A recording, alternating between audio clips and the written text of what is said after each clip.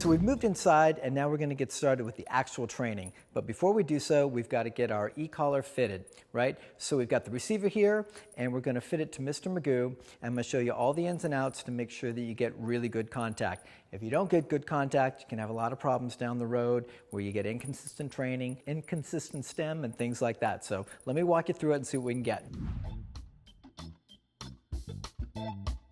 So he's got a prong collar on, this guy, because this guy's a bit more pushy and a bit more rambunctious than most. Now, if your dog has already been through our DVD program, is in a pretty good space, pretty respectful, then you can probably get away with a flat buckle collar. But with this guy with a flat buckle collar, he tends to give us a pretty hard time. So we're going to make it easier on all of us. And every time I put this on, he gets a little itchy. So I'm going to cinch this up. Put this through. Now, if you guys notice, what I'm shooting for is I'm shooting for the receiver to be, I have to always check my watch. I think we're looking for what, 4:30 and about 7:30 on the neck like this, right? So we don't want it right down the center, and we don't want it like Frankenstein bolts off to the side. We want it right here and right here for the best contact. Sits on the muscle pretty nice, really solid. So that's what you're shooting for. So once we get in that spot, right, you can take a peek. You can see it's just right under there.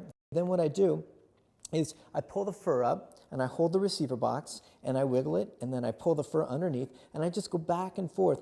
And I'm really willing to take, 30, 45 seconds to make sure that I get that really, really consistent. We call that the nestling process. So I'm really looking to get the nestling in there to where those contact points on the e-collar are making really good contact with the actual skin. It's imperative that that happens. So take your time, make sure that make sure that that stuff happens. Apparently we're making some kind of contact from his reaction. That's good. Okay, and then I'm going to check, get a good feel with my hand under here. It feels pretty snug. Now here's a couple interesting things, especially with pitties and pitty mixes. It can happen with other dogs as well, but a lot of times when you go to put the actual receiver on, the collar, the dogs will flex their necks, kind of like horses do. They'll flex their necks, and you'll cinch it up and you go, wow, that feels really snug. And then you'll come back a few minutes later and the actual collar will be loosey-goosey and just kind of moving around on the neck. So it's super important that you bear that in mind, that what I'll do is I'll put the collar on, and then a few minutes later I'll slyly come up when the dog's not watching and sneak a few fingers under there and see what it's like. And usually it's really comfortable. Or if it's too loose, I'll re-cinch it back up. Collar fit seems to be a challenging one for a lot of folks. Most people tend to go too loose. They're worried it's going to hurt the dog.